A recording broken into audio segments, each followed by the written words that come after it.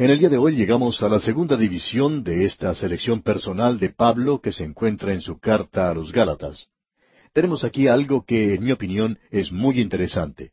Y esto tiene que ver con la comunicación del Evangelio. Vemos que la iglesia en Jerusalén aprobó el Evangelio que Pablo estaba predicando. Yo creo que eso es muy importante de notar. Notemos los primeros 5 versículos de este capítulo 2. Dice en el primer versículo: Después, pasados 14 años, subí otra vez a Jerusalén con Bernabé, llevando también conmigo a Tito. Pensamos que ese fue un toque maestro de parte del apóstol Pablo, el de llevar con él a este hombre Tito, un joven predicador, porque él era de los gentiles. La cuestión que se iba a presentar en este gran concilio, el primer concilio en la iglesia de Jerusalén, tenía que ver en cuanto a la forma de ser salvos los hombres, si era por la gracia de Dios o si ellos tenían que ir bajo la ley. Pablo tenía a Tito como la prueba número 1. Él no era un hombre circuncidado. ¿Tendría que llegar a ser circuncidado entonces? Eso llegaría a ser, digamos de paso, una cosa muy importante, y una cosa que debe ser contestada de una forma u otra. Así que vemos que todo esto llega a ser un asunto muy importante, en realidad es de suma importancia. Y quisiéramos que observemos esto porque lo que tenemos aquí es la experiencia de Pablo con los apóstoles en Jerusalén. Él dice que ellos habían ido a Jerusalén a decidir si los hombres tenían que estar bajo la ley de Moisés. Usted puede apreciar que los judaizantes estaban activos, y ellos estaban diciendo que la iglesia en Jerusalén creía que uno debería estar bajo la ley. Pues bien, todos aquellos hombres que formaban parte ahora de la iglesia en Jerusalén, que era una iglesia formada en su totalidad por judíos, ciertamente había estado bajo la ley. Muchos de ellos todavía iban al templo a adorar. En realidad, ese tiene que haber sido el lugar de reuniones para ellos, y no había nada malo con eso. Creemos que esta referencia aquí en el versículo 1 es en cuanto al concilio que se llevó a cabo en Jerusalén y que es mencionado allá en el capítulo 15 de los Hechos de los Apóstoles, cuando Pablo y Bernabé fueron allí a ver qué es lo que la iglesia tenía que decir en cuanto al Evangelio. Notemos lo que sucedió. Él dice: subí según una revelación. Ahora Pablo no iba a ese lugar y recibir un tratamiento frío, probablemente ni tener una recepción de parte de ellos, a no ser que él estuviera en la voluntad de Dios. Por tanto, dice en el versículo 2 de este capítulo 2 de Gálatas: pero subí según una revelación, y para no correr o haber corrido en vano, expuse en privado a los que tenían cierta reputación el evangelio que predico entre los gentiles.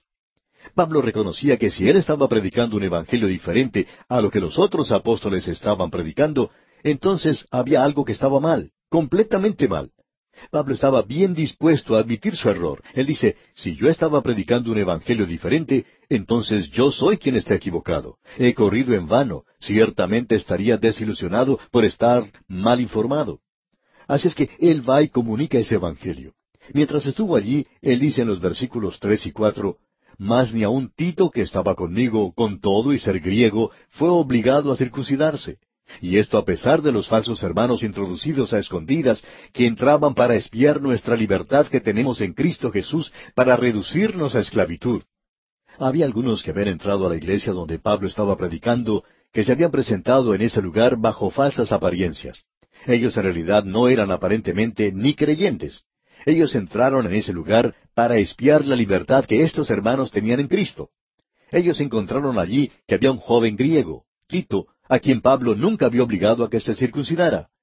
¿Qué es lo que van a hacer en cuanto a este joven? Pablo dice en los versículos 3 y 4, y vamos a leerlos una vez más: mas ni aun Tito, que estaba conmigo, con todo y ser griego, fue obligado a circuncidarse. Y esto a pesar de los falsos hermanos introducidos a escondidas, que entraban para espiar nuestra libertad que tenemos en Cristo Jesús, para reducirnos a esclavitud. Y ahora Pablo sigue diciendo en el versículo 5, a los cuales ni por un momento accedimos a someternos, para que la verdad del Evangelio permaneciese con vosotros. Pablo se mantuvo firme y dijo: no, Señor. Y estos falsos hermanos dijeron: pues miren a este hombre Tito, que está aquí reunido con la iglesia. Y en ese entonces la iglesia era prácticamente judía. Él ni siquiera ha sido circuncidado. Y Pablo les contesta: y él no va a ser circuncidado tampoco. Él es tan creyente como lo es cualquiera de ustedes aquí. Él es un verdadero creyente en Cristo y ha sido salvado por la fe aparte de la ley.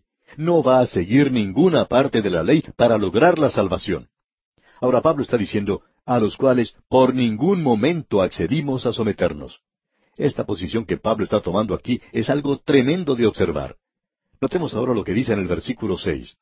Pero de los que tenían reputación de ser algo, lo que hayan sido en otro tiempo, nada me importa, Dios no hace acepción de personas. A mí, pues, los de reputación, nada nuevo me comunicaron. Pablo dice, nos sentamos juntos con los apóstoles. Por lo menos él lo hizo, y supongo que también lo hicieron Bernabé y Tito. Allí se sentaron ellos y comunicaron el Evangelio. Ellos le dijeron, hermano Pablo, hemos estado escuchando estos informes que han llegado. ¿Por qué no nos dice usted lo que predica? Y Pablo vio que estos hermanos no tuvieron nada que agregar a lo que él había dicho. Él estaba predicando la gracia de Dios. Estos hermanos también estaban predicando la gracia de Dios, y este era el mismo evangelio que había sido predicado desde el comienzo por los apóstoles. Esto, pues, que tuvo lugar en Jerusalén, es algo realmente maravilloso. Ellos se dieron cuenta que estaban en total acuerdo, todos estaban predicando el mismo evangelio. Este es algo tremendo, es una cosa maravillosa. Sigamos leyendo ahora el versículo 7 de este capítulo 2 de Gálatas. Antes, por el contrario, como vieron que me había sido encomendado el evangelio de la incircuncisión, como a Pedro el de la circuncisión. Ahora, lo que tenemos aquí no es en realidad dos evangelios, en el sentido de que se predicaba un evangelio de Pedro y un evangelio de Pablo.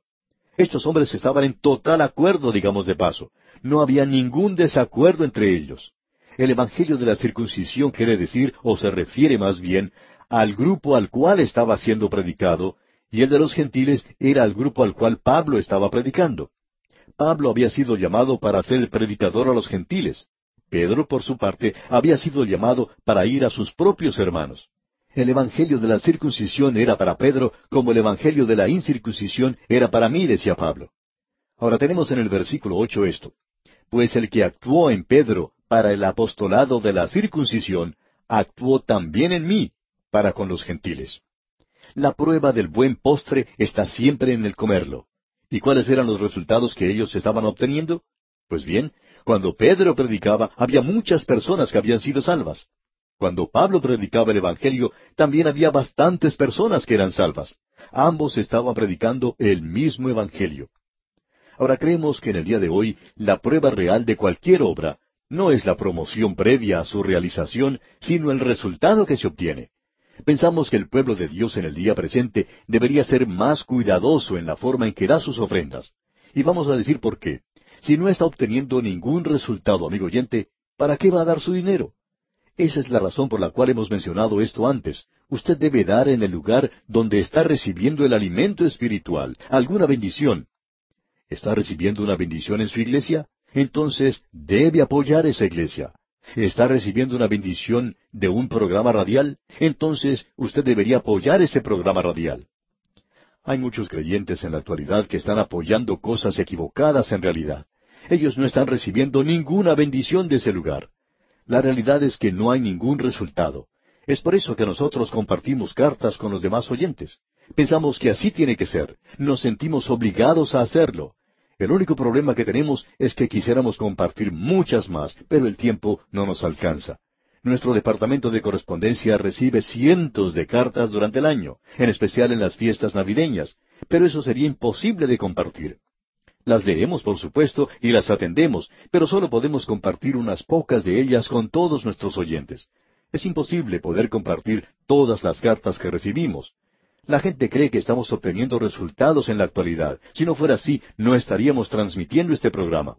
El único propósito que tenemos es el de presentar la palabra de Dios, amigo oyente. Y cuando la palabra de Dios es predicada, tiene resultados.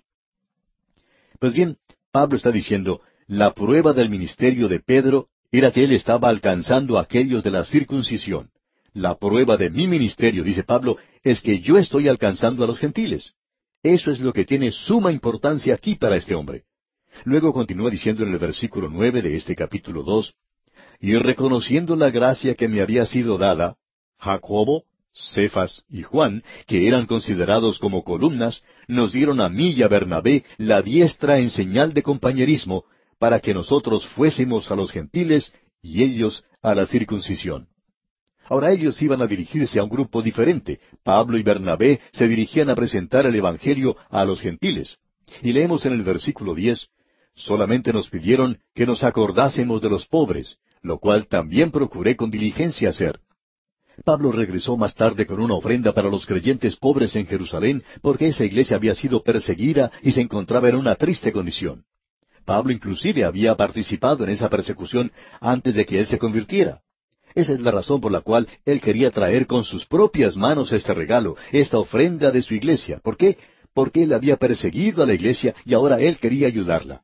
Él lo estaba haciendo por esa razón. Ahora, eso era servicio social. Si hay alguna cosa, suponemos, de la cual nosotros, los fundamentalistas, somos culpables, es de la falta de un verdadero servicio en esta área en particular. Santiago era muy práctico en cuanto a eso. Él dice, cuando un hombre llega entre ustedes y él tiene hambre, no le den el Evangelio primero, denle de comer, y luego le pueden predicar el Evangelio. Y nosotros pensamos que hoy las iglesias fundamentales deberían estar haciendo más para ayudar a la gente pobre. Pero ¿sabe usted? Es difícil conseguir personas que sean verdaderos creyentes en la Biblia y que estén interesados en un ministerio de esta naturaleza.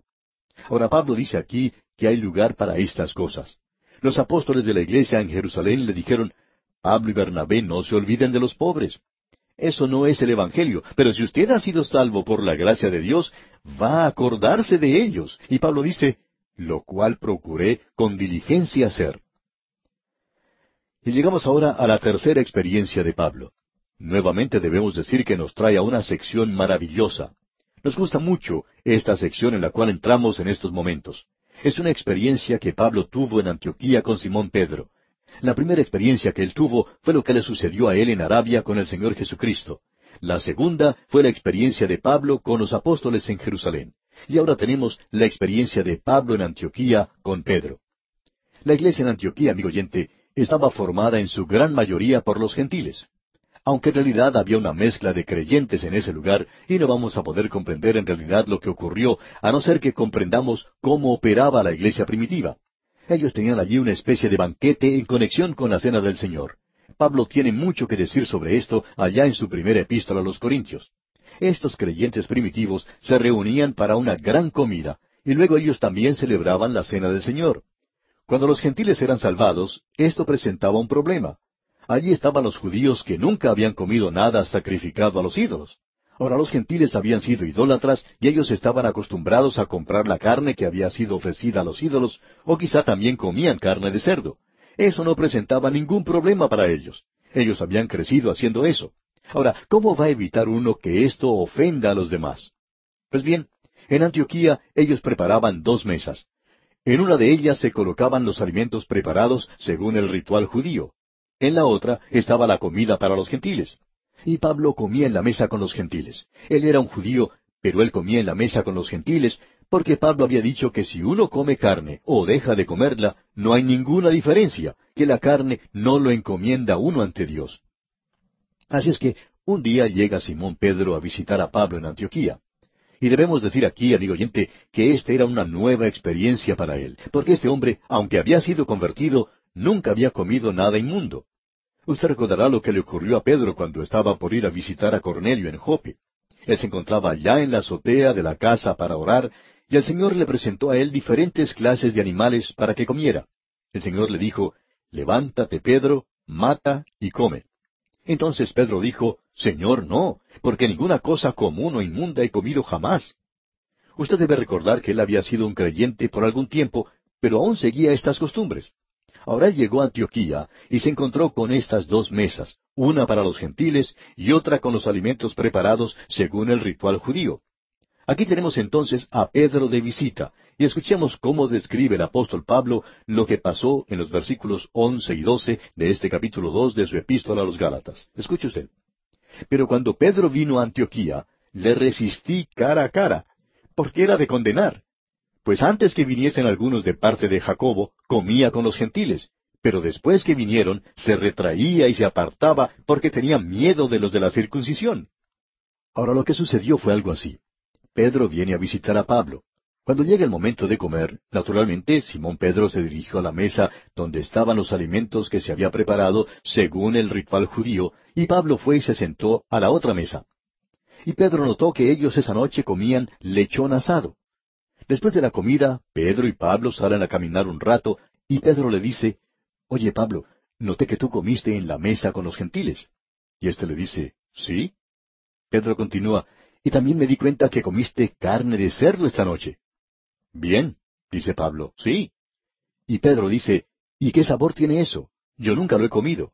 Y Pablo le contesta, hombre, es delicioso. Pedro sigue preguntando, ¿crees que estaría bien que yo comiera en esa mesa? A lo cual Pablo responde, pues bien, yo entiendo que vamos a comer unas chuletas de cerdo por la mañana para el desayuno. Ah, dice Pedro, me gustaría ir y comer allí. Y él fue, se sentó a la mesa y cautelosamente tomó una chuleta y la probó y le dice a Pablo, Oye, esto está delicioso, ¿verdad? Y Pablo le contesta, sí, después de todo, bajo la gracia tú puedes comer o dejar de comer. No hay ninguna diferencia. La carne no te va a encomendar ante Dios. Y Simón Pedro dice, pues bien, regresaré esta noche. Y entiendo que para la cena tendrán jamón y quiero probar eso también. Así es que esa noche él entra al lugar de la cena, pero al mirar hacia el lado, descubre que algunos ancianos de la iglesia en Jerusalén han llegado a visitar a Pablo, y Pedro se sorprende mucho y da una vuelta alrededor de la mesa de los gentiles, y se va a sentar entonces a la mesa de los judíos, quizá un poco asustado. Y Pablo notó eso. ¿Y qué es lo que ocurrió? Pues aquí tenemos lo que ocurrió en los versículos 13 y 14. Escuche usted. Y en su simulación participaban también los otros judíos, de tal manera que aun Bernabé fue también arrastrado por la hipocresía de ellos. Pero cuando vi que no andaban rectamente conforme a la verdad del Evangelio, dije a Pedro delante de todos, si tú, siendo judío, vives como los gentiles y no como judío, ¿por qué obligas a los gentiles a judaizar? Aquí tenemos y debemos apreciar que era correcto para Pedro ir a cualquiera de las dos mesas. Él podía comer la comida de los judíos o la de los gentiles. Pero cuando él había estado comiendo en la mesa de los gentiles, y por temor a estos otros hermanos, va y se sienta con los judíos, entonces lo que él está demostrando por su forma de actuar es que la mesa de los gentiles era algo malo. Amigo oyente, si no hubiera estado mal en su forma de pensar, él hubiera comido allí. Pero él no lo hizo. Lo que él está diciendo es que todos los gentiles deberían cambiar de mesa e ir a comer de la comida que había sido preparada para los judíos. Y eso estaba mal. Pablo dice, en Cristo nosotros tenemos libertad. Usted puede comer carne o dejar de comerla. Eso es lo importante. Usted sabe que hay mucha gente en el día de hoy, creyentes, y creemos que son sinceros, que tratan de hacer lo mejor que pueden para que uno tenga que entrar por un portillo. Ahora puede que esto suene un poco obstinado y creemos que sería bueno contestar a esta gente, si yo tengo que pasar por ese pequeño portillo de ustedes, pues no voy. Yo tengo libertad en Cristo y esa libertad es que Él es mi Salvador, Él es mi Señor y yo soy responsable ante Él. Podemos decir de paso que pensamos que Él es un verdadero dictador. Él quiere que yo me incline ante Él y yo lo hago porque le amo y quiero servirle. No estoy interesado en estos otros pequeños portillos. ¡Qué cosa más tremenda la que tenemos ante nosotros, amigo oyente! Una de las grandes oposiciones al Evangelio en el día de hoy son estas personas que tratan de hacerlo pasar a uno por sus pequeños portillos. Continuamos hoy nuestro estudio del capítulo 2 de esta epístola a los Gálatas.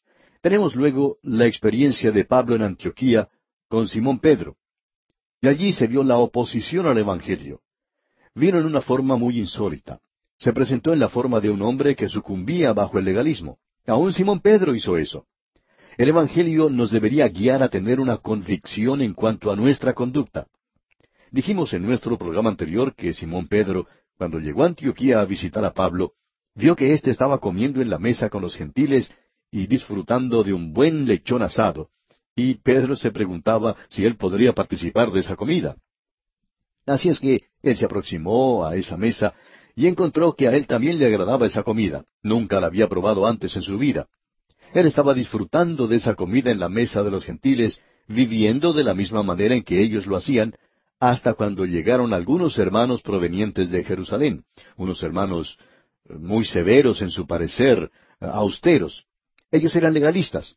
De paso debemos decir que bajo la gracia, si ellos querían actuar así, bien podían hacerlo. No tenemos ninguna objeción hacia gente que hoy piensa que no deberían comer ciertas carnes. Eso está bien. Pero por favor, permítanme que yo tenga la libertad de comer las cosas que usted no quiere comer. Si yo no como cierto tipo de alimento, no es por razones religiosas, sino porque Bueno, quizá me hace daño para mi organismo, pero no tiene nada que ver con mis creencias religiosas. Pues bien, cuando estos hermanos llegaron, Simón Pedro se apresuró a regresar a la mesa donde estaban los alimentos preparados según el ritual judío, y él se sentó entre ellos un poco avergonzado quizá. Ahora Pablo vio lo que estaba ocurriendo, y entonces le dice en el versículo 14, pero cuando vi que no andaban rectamente conforme a la verdad del Evangelio, dije a Pedro delante de todos, si tú, siendo judío, vives como los gentiles y no como judío, ¿por qué obligas a los gentiles a judaizar? Ahora lo que él estaba diciendo es simplemente esto. Cuando este hombre abandonó la mesa de los gentiles y regresó a la mesa de los judíos, estaba diciendo que la mesa de los gentiles estaba haciendo las cosas mal, porque si no, no la hubiera dejado. Él estaba diciendo que la mesa donde se había preparado los alimentos, según la costumbre judía, esa era la correcta, y por tanto él regresa de la libertad que tenemos en Cristo al legalismo, nuevamente al judaísmo. La naturaleza del reproche de parte de Pablo nos muestra en primer lugar la inconsistencia de guardar la ley. Usted se da cuenta, amigo oyente, que era correcto para Simón Pedro el vivir de la misma forma en que vivían los gentiles creyentes. ¿Para qué desear entonces que los creyentes gentiles vivieran de la misma manera que los judíos? Eso es lo que él estaba diciendo cuando él regresó a la otra mesa. Ahora, si un gentil viviendo bajo la gracia, separado de la ley, era lo suficientemente bueno para Simón Pedro, ¿era eso malo para los mismos gentiles? Esto tiene que ver con la libertad que tenemos en Cristo. Si Simón Pedro tenía libertad de vivir fuera de la ley, ¿no era bueno eso también para que los gentiles hicieran lo mismo? Y ahora Pablo comienza hablando en el versículo 15, presentando el Evangelio de justificación por la fe. Tenemos en primer lugar, en lo que resta de este capítulo, la justificación que es por la fe. Se nos presenta la doctrina. Escuche lo que aquí se dice, porque Pablo toma una posición como judío. Escuche lo que dice en el versículo 15. Nosotros, judíos de nacimiento, y no pecadores de entre los gentiles. Ahora, el judío de esa época miraba a los gentiles como que éstos eran pecadores. En realidad, las palabras gentiles y pecadores eran sinónimos en ese día. Por tanto, el reproche de Pablo dio muestra de la insensatez de guardar la ley, lo disparatado que todo esto es. Escuche lo que él dice cuando continúa hablando en esta sección. Él dice en el versículo 16, sabiendo que el hombre no es justificado por las obras de la ley, sino por la fe de Jesucristo, nosotros también hemos creído en Jesucristo para ser justificados por la fe de Cristo y no por las obras de la ley, por cuanto por las obras de la ley nadie será justificado. Está diciendo Pablo que nosotros también, es decir, los judíos, nosotros los israelitas, hemos creído en Jesucristo para ser justificados por la fe de Cristo. Me gustaría escuchar a algún legalista predicar sobre un versículo como este. No he escuchado a nadie que lo haga correctamente, y cuando uno de ellos lo hace, es decir, habla de este versículo, bueno, hace una parodia de la interpretación de lo que aquí se dice. Este versículo puede trastornar todos los sistemas legales que existen en la actualidad.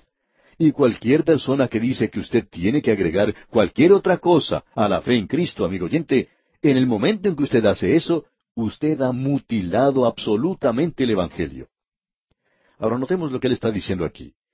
Él dice que si un judío ha tenido que dejar la ley atrás, ha tenido que olvidarse de ella, es decir, ha tenido que abandonarla para poder ser justificado por la fe y no por las obras de la ley, entonces la pregunta que Pablo presenta aquí es, ¿por qué deben los gentiles ser puestos bajo la ley? Ese era el gran argumento que tuvo que debatir el concilio de Jerusalén, que se menciona allá en el capítulo 15 de los Hechos de los Apóstoles. ¿Deben los gentiles ser colocados bajo la ley? Gracias a Dios que la respuesta fue guiada por el Espíritu de Dios, que los gentiles no deben estar bajo la ley para lograr la salvación. Y en realidad, Él no está bajo la ley para vivir tampoco. Él debe andar en un nivel mucho más alto que ese. Notemos ahora algo más. ¿Pueden los gentiles encontrar justificación bajo la ley cuando el judío ha probado ya que eso es imposible? El judío tuvo la ley por casi 1500 años, y él no ha podido cumplir completamente con la ley. La pregunta es entonces, ¿por qué obligar al gentil a que viva bajo aquello que no ha salvado ni aun a un israelita? Lo que Pablo está diciendo aquí es que, ya que los gentiles creyentes ya habían sido justificados por la gracia, Sería insensato para ellos el salir de allí para someterse a la ley que no había sido capaz de justificar a los judíos. Observemos lo que él está diciendo en esta sección y queremos realmente desmenuzar este versículo. Esperamos que usted lo esté leyendo con nosotros, amigo oyente, que tenga su Biblia abierta y que siga paso a paso lo que estamos diciendo. Estamos enviando nuestras notas y bosquejos de este estudio sobre Gálatas y esperamos que usted ya haya solicitado las suyas y que tenga un ejemplar con usted. Bien, escuche lo que leemos aquí. Sabiendo que el hombre... Ahora, esto es algo que usted ya sabe. Usted puede saber si es salvo o si no lo es. Sabiendo que el hombre, pues, ahora, ¿qué clase de hombre? Antropos es la palabra que se utiliza aquí, y quiere decir el término genérico de la humanidad. Habla de la solidaridad de la raza, de la humanidad en común que todos nosotros tenemos. Esto rompe cualquier barrera de color, también la barrera que puede haberse creado por las razas, rompe la barrera del estrato social, sabiendo pues que cualquier hombre, no hay ninguna diferencia de quién sea el hombre. Todos estamos en el mismo nivel ante la cruz, y ese nivel es el ser pecador. Usted es pecador, yo soy pecador, amigo oyente. No interesa quién sea usted. Usted es un pecador ante los ojos de Dios. Sabiendo pues que el hombre, cualquier hombre, no es justificado por las obras de la ley, y eso incluye el sistema de la ley mosaica, y también incluye cualquier otro sistema legal. Escuche atentamente, amigo oyente. Si usted dice que el día de hoy usted debe unirse a cierta iglesia, o que tiene que tener cierta clase de experiencia, o que usted tiene que ser bautizado para ser salvo, entonces debemos decir que usted está contradiciendo este versículo que tenemos ante nosotros. Porque aquí dice, sabiendo que el hombre no es justificado por las obras de la ley, de cualquier ley, el sistema de la ley de Moisés. Pero Pablo aquí abarca todos los sistemas legales que uno encuentra en cualquier religión. En realidad lo que hace que la religión cristiana sea diferente de cualquier otra religión que existe en la faz de la tierra, amigo oyente, es esta. Todas las religiones que conocemos, cada una de ellas dice, haz esto, haz aquello, cada una de ellas. La religión cristiana no dice eso. El cristianismo dice que usted es justificado por fe, es decir, la fe en un hecho que ya ha concluido. Las otras religiones le dicen que usted tiene que hacer algo. El cristianismo le dice que todo está ya hecho, todo está ya terminado, finalizado, todo ha sido completado y usted lo único que tiene que hacer es creerlo. Permítanos agregar algo aquí que no mencionamos cuando estudiamos la primera epístola del apóstol Pablo a los Corintios, en esa parte donde habla de los dones. Lo que Pablo estaba diciendo en el capítulo 12, versículo 3 de aquella carta es lo siguiente. Por tanto, os hago saber que nadie que hable por el Espíritu de Dios llama anatema a Jesús, y nadie puede llamar a Jesús Señor, sino por el Espíritu Santo. Ahora escuche atentamente, amigo oyente. Nadie puede llamar anatema a Jesús. Ahora, ¿cómo puede uno llamar anatema a Jesús? Si usted dice, cuando uno llega a Cristo y le acepta como su Salvador, usted no ha recibido todo lo que tenía que recibir. Ahora el Espíritu Santo le puede dar algo más que usted no ha recibido a través de Cristo, y usted tiene que buscar alcanzar eso en el presente. Amigo oyente, cuando usted comienza a despreciar la obra del Señor Jesucristo en la cruz, cuando Él vino a este mundo a morir por usted y realizó una salvación perfecta, y cuando Él completó todo esto regresó al cielo, y dice que Él se sentó a la diestra de Dios, amigo oyente, ¿sabe usted por qué se sentó? Porque ya no había nada más que hacer. Si hubiera faltado algo que hacer, entonces Él no se hubiera sentado. Cuando Él se sentó quiere decir que ya había completado todo lo que había que hacer. Ahora, cuando usted está diciendo que Él no lo hizo todo por usted, permítanos decirle, amigo oyente, que lo que está diciendo es llamando anatema a Jesús. Usted no puede hacer eso por el Espíritu Santo de Dios. Usted no está dando un buen consejo. Usted no me está presentando la palabra del Espíritu Santo, porque cuando el Espíritu Santo viene, Él toma las cosas de Cristo. El Señor Jesucristo mismo dijo que Él lo iba a mostrar a nosotros. En realidad, Él dijo que no hablaría de sí mismo, amigo oyente. Cuando usted viene a Cristo, usted recibe todo, completamente todo. Él está dando todo lo que le hará falta en esta vida, y es a Cristo a quien nosotros nos dirigimos. Él es el único hoy que administra todos esos dones. Ahora el Espíritu Santo es aquel que los da, pero Él solamente está obrando aquí bajo la supervisión de la segunda persona de la Trinidad. El Señor Jesucristo es la cabeza de la iglesia. Amigo oyente, nosotros hoy recibimos todo en Él. Él es el todo en todo. Él es el alfa y la omega. Él es el amén. Y cuando usted dice amén, usted ha finalizado, amigo oyente. Amén. Él lo hizo todo. Y eso es lo que Él le pide que usted diga cuando se acerca a Él. Todo esto que tenemos aquí es bien claro.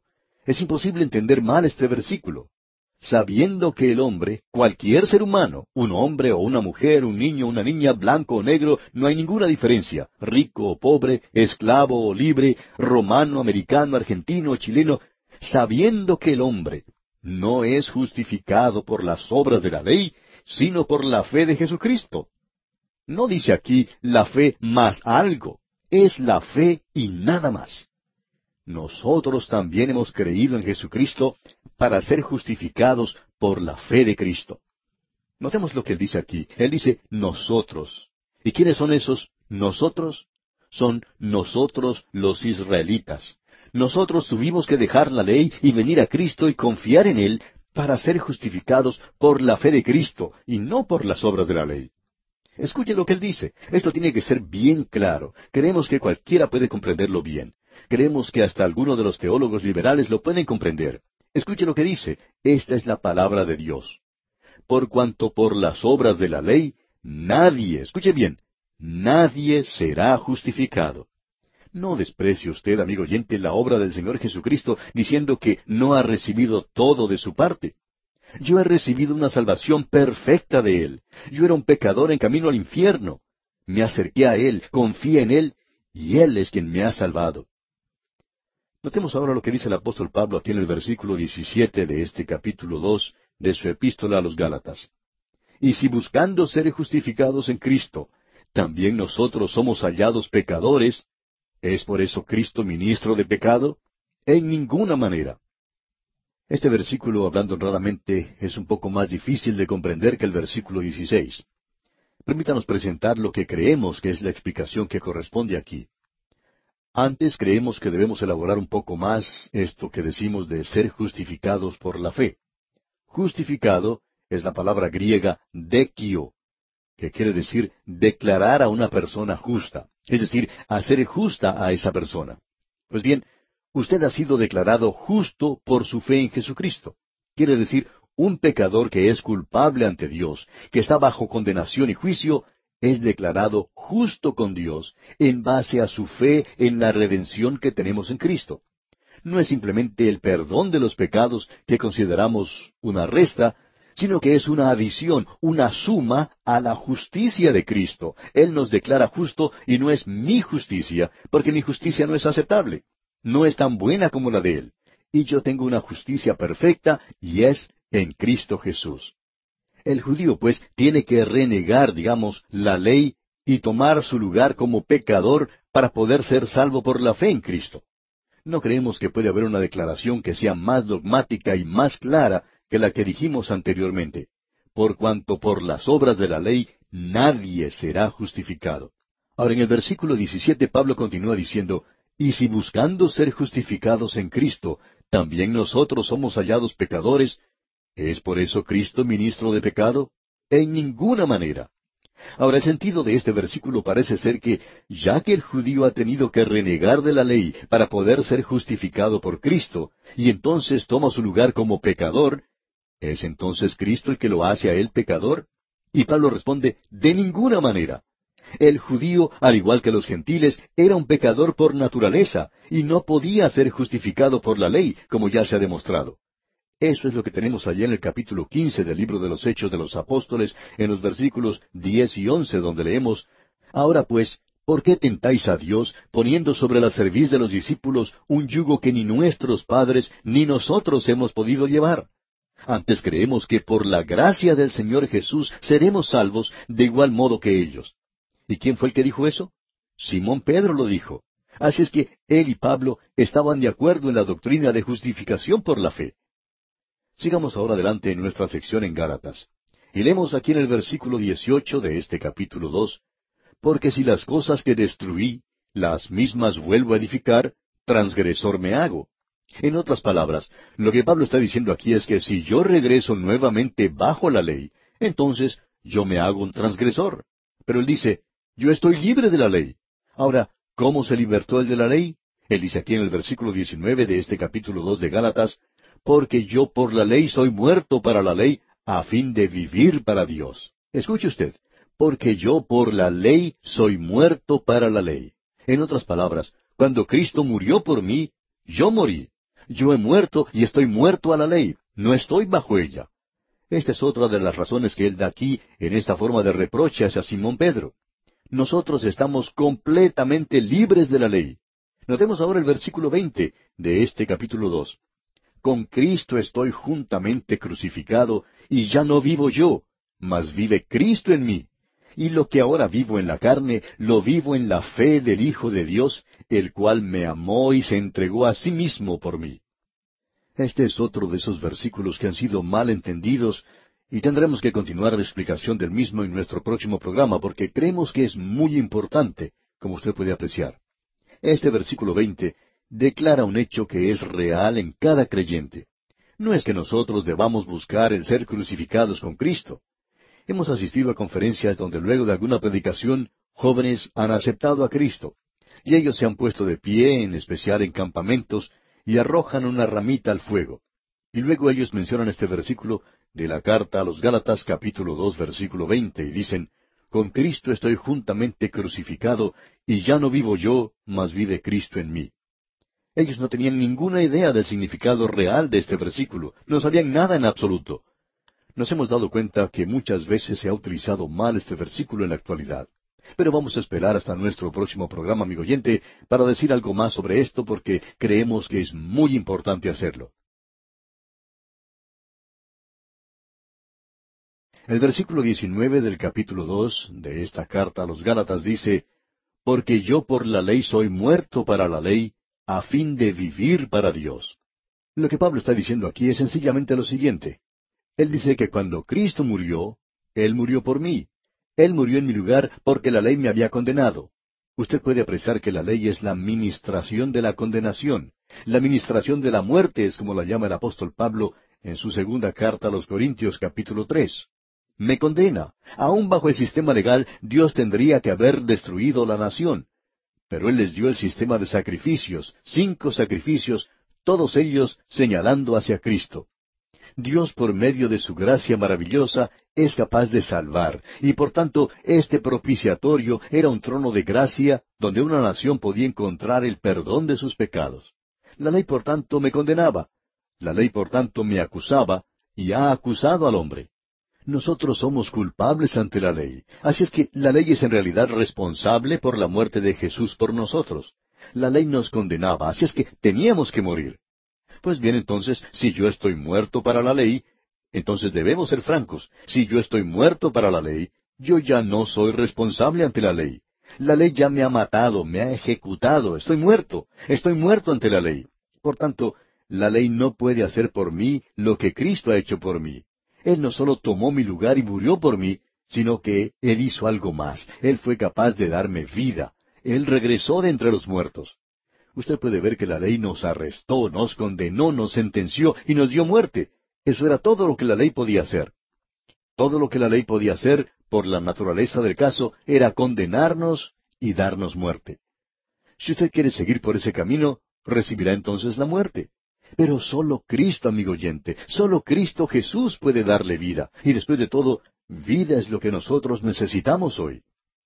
Ahora, en el versículo 20 de este capítulo 2 de su epístola a los Gálatas, dice el apóstol Pablo, con Cristo estoy juntamente crucificado, y ya no vivo yo, mas vive Cristo en mí. Y lo que ahora vivo en la carne, lo vivo en la fe del Hijo de Dios, el cual me amó y se entregó a sí mismo por mí. Ahora este versículo 20 aquí declara un hecho que es verdad en cada creyente. Nosotros no tenemos que buscar el ser crucificados con Cristo. Vimos en nuestro programa anterior que muchos jóvenes en la actualidad hablan de querer vivir la vida crucificada. Él no está hablando de eso aquí. Nosotros no tenemos que buscar el ser crucificados con Cristo. Ya hemos sido crucificados con Él. Ahora el principio de vivir no es por la ley, que ya nos ha dado muerte porque nos halló culpables. Pero nosotros debemos vivir por la fe. Ahora, ¿fe en qué? Fe en el Hijo de Dios. Usted puede ver, amigo oyente, que la muerte de Jesucristo en la cruz no fue simplemente algo penal. Es decir, Él no solo murió una muerte penal, o sea, pagando la pena de nuestros pecados, sino que Él murió una muerte sustitutiva también. Él no solo fue el sacrificio por el pecado, sino que Él fue el sustituto por todos los que creen. Y el apóstol Pablo declara, por tanto, que bajo la ley Él fue juzgado, se le halló culpable y fue condenado. Y en la persona de su sustituto Él fue muerto. Ahora, ¿cuándo ocurrió algo así? Bueno, ocurrió hace más de 2000 años. Yo estoy crucificado con Cristo. ¿Cuándo? Cuando Cristo murió. Pero ahora vivo. ¿Y cómo vivo? En Cristo. Él está vivo hoy y sentado a la diestra de Dios. Se nos ha dicho que nosotros hemos sido puestos en Cristo hoy. Ahora usted no puede mejorar algo así. Con Cristo estoy juntamente crucificado y ya no vivo yo, mas vive Cristo en mí. Esto tendría que librarnos de esa noción insensata que tenemos de que nos podemos crucificar a nosotros mismos. En cierta ocasión un joven se acercó a su pastor después de una reunión y le preguntó, ¿está usted viviendo la vida crucificada? Y quizá el pastor sorprendió un poco a este joven con su respuesta cuando le dijo, no, yo no la estoy viviendo. ¿La está viviendo usted?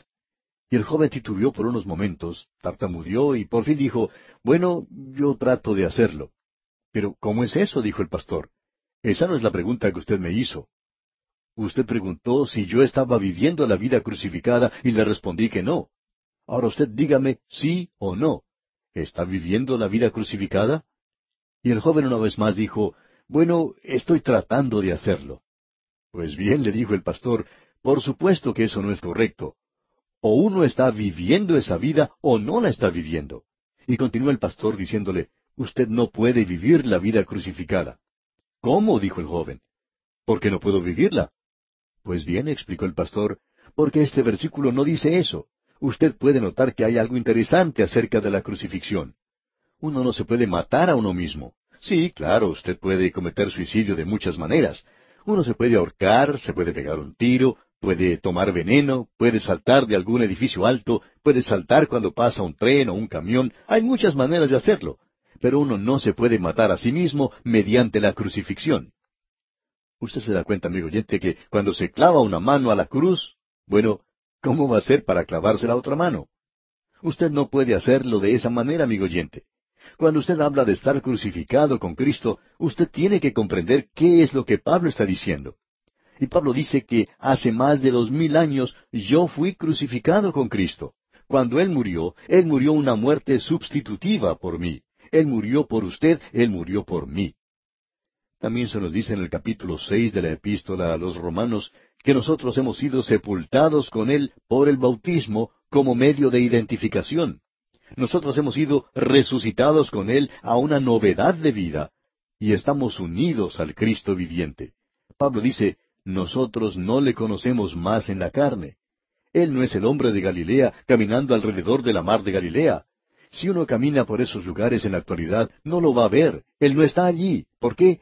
Porque Él está a la diestra de Dios. Él es el Cristo glorificado hoy. Es por eso que el apóstol Pablo dice, con Cristo estoy juntamente crucificado, y ya no vivo yo, mas vive Cristo en mí. Usted aprecia entonces, amigo oyente, que la ley no se ejecutó. La ley no nos puede dar vida. ¿Quién es entonces el que nos da vida? Estoy crucificado con Cristo, sin embargo vivo. ¿Cómo vivo? Ya no vivo yo, mas Cristo vive en mí.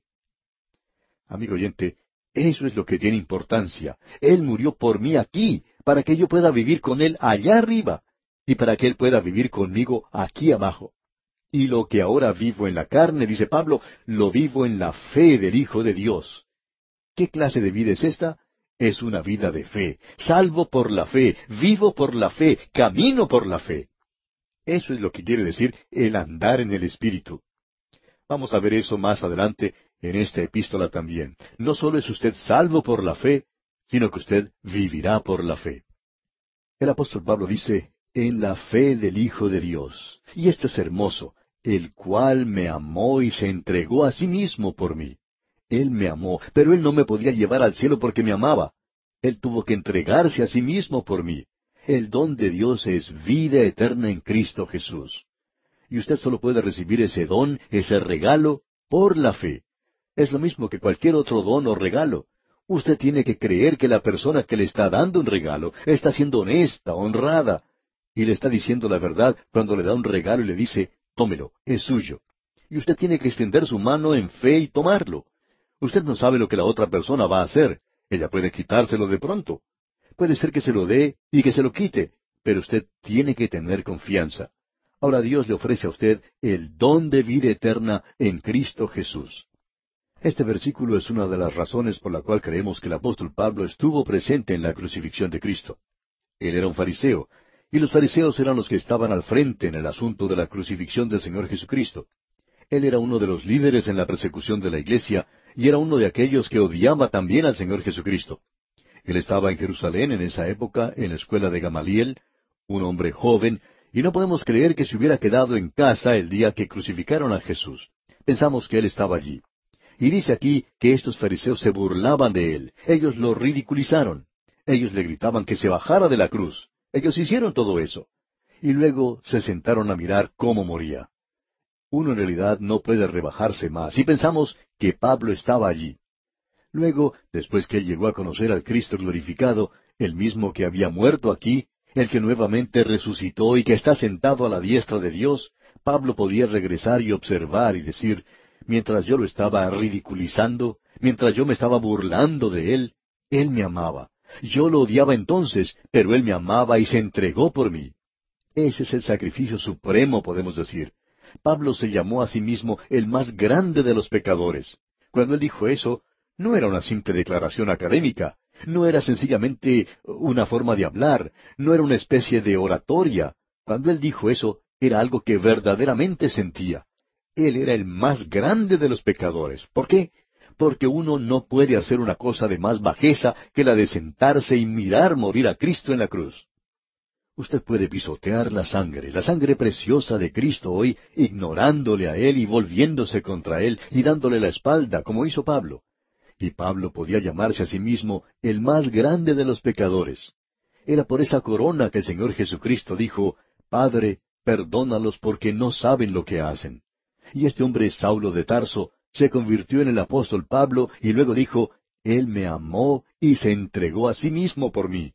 Él dijo, cuando yo lo estaba odiando, Él me estaba amando, y Él se estaba entregando a sí mismo por mí para que yo pudiera tener vida. Y luego Pablo dice en el versículo 21 de este capítulo 2 de su epístola a los Gálatas, no desecho la gracia de Dios, pues si por la ley fuese la justicia, entonces por demás murió Cristo. Pensamos que lo que aquí se quiere decir es simplemente lo siguiente, que si hubiera habido cualquier otra forma para salvar a los pecadores, entonces Dios hubiera utilizado ese método. Él hubiera adoptado ese método. Si una ley, por ejemplo, lo hubiera podido lograr, o si la religión hubiera sido capaz de salvar a los pecadores, entonces Dios podría haber utilizado ese sistema. Pero esta fue la única forma que podía usar el Dios infinito para salvarle a usted y para salvarme a mí, amigo oyente. Él estaba dispuesto a hacer el sacrificio supremo. Con esto completamos este segundo capítulo de la Epístola a los Gálatas y entramos ahora a una nueva sección, la sección de la justificación por fe. Esta sección es doctrinal, justificación por fe, la experiencia de los Gálatas. Ahora, personalmente creemos en las experiencias, y vamos a tratar esto una vez más cuando lleguemos al capítulo 4. Ahora Pablo vuelve a analizar la experiencia de los Gálatas. ¿Cómo se salvaron ellos? ¿Fueron salvos por la ley o fueron salvos por la fe en Cristo Jesús? Es muy importante que notemos esto. En el versículo 1, pues, de este capítulo 3, dice Pablo, Oh Gálatas insensatos, ¿quién os fascinó para no obedecer a la verdad, a vosotros ante cuyos ojos Jesucristo fue ya presentado claramente entre vosotros como crucificado? Él les dice aquí, Oh Gálatas insensatos. Lo que él les está diciendo en realidad es, ¿qué se les metió en la cabeza a ustedes? ¿Qué les ha pasado? Gálatas insensatos, ¿quién los fascinó? Él les dice luego, a vosotros, ante cuyos ojos Jesucristo fue ya presentado claramente. Ahora esta palabra presentado quiere decir pintado como un cuadro. En otras palabras, Pablo les pintó un cuadro con palabras y no estamos seguros de lo que él utilizó como ilustración. Quizá él en realidad dibujó algún cuadro para que se dieran cuenta de lo que él estaba diciendo. Y eso es lo que él está diciendo aquí en este versículo, el de presentar el Evangelio de esa manera. Hay muchos pastores y predicadores que utilizan transparencias para ilustrar lo que están enseñando. Es una forma muy buena para enseñar la palabra de Dios. Quizás sería imposible poder tener una enseñanza completa sobre el tabernáculo, digamos, sin utilizar transparencias o cuadros. Ahora esa es la forma en que ha sido presentado. Eso es lo que las palabras de Pablo indican. Él dice, a vosotros, ante cuyos ojos Jesucristo fue ya presentado claramente. Él fue presentado crucificado entre ustedes. Fue su muerte en la cruz lo que hizo posible la salvación de ustedes. Ahora en el versículo 2 dice Pablo, esto solo quiero saber de vosotros. ¿Recibisteis el Espíritu por las obras de la ley o por el oír con fe? Necesitamos tener mucho cuidado aquí y probablemente deberíamos decir lo siguiente. El Evangelio es verdad sin consideración en cuanto a experiencias. Lo que la experiencia hace es corroborar el Evangelio. Digámoslo de la siguiente manera. Hay muchas personas hoy que razonan de la experiencia a la verdad. Personalmente opinamos que la palabra de Dios, como la tenemos aquí, siempre razona de la verdad a la experiencia. Eso quiere decir que nosotros no dejamos de lado la experiencia, pero la experiencia debe ser probada por la verdad. Ahora todos tienen experiencias diferentes. Uno escucha a la fundadora de cierto culto contar acerca de su experiencia. Luego tenemos a otra mujer que cuenta de su experiencia y cosas por el estilo. Y esas experiencias son completamente diferentes. Ahora, ¿a cuál de ellas debemos seguir? Para decir la verdad, no vamos a seguir a ninguna de ellas. Cierto hombre estuvo leyendo un pasaje de las Escrituras en un servicio, y luego de haberlo leído dijo, hay una diferencia de opinión acerca de la interpretación de este pasaje de las Escrituras.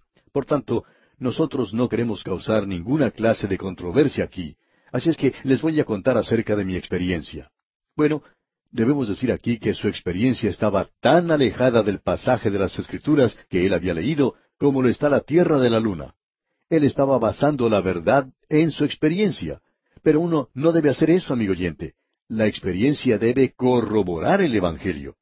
Ahora, el Evangelio es algo que usted escucha, y aquello que usted escucha es lo que Pablo cuestiona. ¿Recibisteis el Espíritu por las obras de la ley o por el oír con fe? Ahora, ¿qué es lo que quiere decir por el oír con fe? ¿El órgano del oír? ¿El oído mismo? ¿El recibir el mensaje o el mensaje mismo? Bueno, pensamos que Pablo se refería a todo el proceso. Él escuchó algo y uno tiene que escuchar algo antes de poder ser salvo, porque el Evangelio es algo que Dios ha hecho por usted. Usted tiene que saber eso. Ahora lo que Pablo está haciendo en esta sección es presentar muchas preguntas.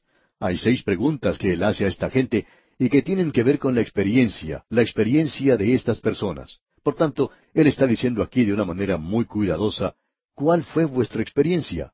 Permítanos leer algunas de esas preguntas. En el versículo 2, leámoslo otra vez, dice, esto solo quiero saber de vosotros. ¿Recibisteis el Espíritu por las obras de la ley o por el oír con fe? Nunca hubo alguien que recibiera el Espíritu Santo por las obras de la ley. En ningún lugar, ni siquiera en el Antiguo Testamento, fue presentado en esa base. Es por el oír con fe. La segunda pregunta la encontramos en el versículo 3 de este capítulo 3. ¿Tan necios sois? Habiendo comenzado por el Espíritu, ¿ahora vais a acabar por la carne? En otras palabras, si el Espíritu Santo es el que los ha convertido y los llevó a Cristo, y ahora el Espíritu Santo de Dios vive en ustedes, ¿van a regresar a la ley que fue presentada para controlar la carne y piensan que pueden vivir en un nivel superior? Pues por supuesto que no van a poder vivir en un nivel superior. Luego en el versículo 4 dice, ¿tantas cosas habéis padecido en vano? Si es que realmente fue en vano. Ahora Él les está diciendo, recuerden que ustedes sufrieron, ustedes pagaron un precio muy alto por el Evangelio. Y amigo oyente, a usted le tocará hacer lo mismo. Y luego dice, si es que realmente fue en vano, es decir, sin ningún propósito. Pablo dice, ¿van a dejar ustedes que todo esto que han sufrido sea por nada? Luego en el versículo 5 de este capítulo 3 dice, aquel pues que os suministra el Espíritu y hace maravillas entre vosotros, ¿lo hace por las obras de la ley o por el oír con fe? Pablo está hablando acerca del ministerio que él tuvo entre ellos. No hay nada que pueda pagar más el Espíritu que el legalismo en la actualidad. Esa es la razón por la cual hay muchas iglesias, aun de las fundamentales, que parecen muertas. Ellos han creado un nuevo legalismo e intentan seguirlo. Y amigo oyente, Yo tengo libertad en Cristo. ¿Y sabe usted cuál es esa libertad? Yo quiero inclinarme ante Él y hacer lo que Él quiere que yo haga. Y mi libertad está en Cristo hoy. Yo quiero hacer su voluntad, y si yo soy capaz de hacer eso, y no lo puedo hacer con mis propias fuerzas, solo por el Espíritu de Dios, pero si lo hago, entonces tengo libertad. No tengo que pasar por esos portillos que algunos han creado. Lo siento mucho por esas sectas y cultos. No quiero ser molestado con eso. Yo estoy unido al Cristo viviente, y eso es algo maravilloso.